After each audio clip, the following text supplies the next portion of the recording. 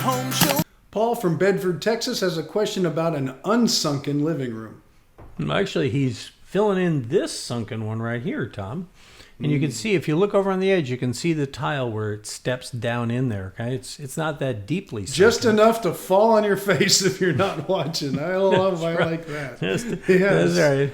Yes, there are chiropractors everywhere who love this room. All right. Yes. Paul writes, the sunken living room is a 1979 slab home. Only one outside wall will be wood frame, and the fill area is about 20 by 18 feet. There's about 5-inch step to fill, will then cover with engineered wood flooring. I heard you say concrete fill is best. Is there any concern I should have about the weight of additional concrete that could damage the foundation? And Tom, I'll add one for him here. When can they put that engineered wood floor on top of the concrete they're pouring? Well, first off, concrete weight, very simple answer. No, there's no issue at all. It's a dead load. It's flat. It's just laying there.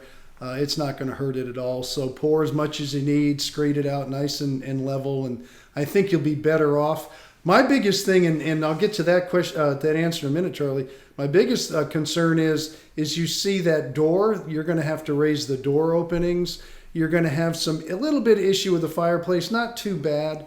I would probably take that brick hearth out and pour the concrete all the way to the fireplace. And then if you want to put some tile or something on top of it and detail it a little different. So there's a detail you have to watch out for.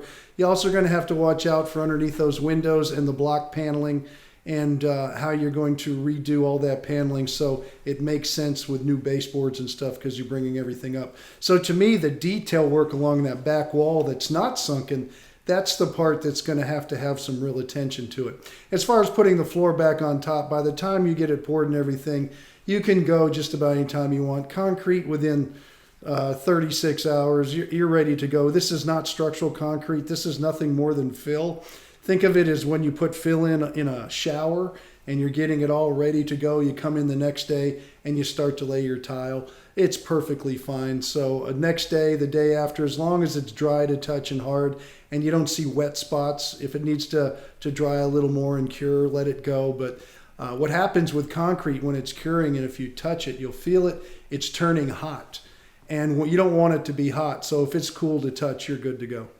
Concrete is one of the most fascinating things ever. I love it. Yeah, yes. It's just the only thing more amazing to me than concrete is road construction. Which includes concrete in most cases. So yes, to me, it's like you have all these different crews working together, and somehow their roads meet perfectly. To me, it says those people are magicians.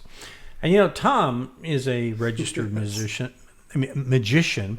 You're not a musician. Not a musician. You don't play any No. music. Okay, all right, yeah.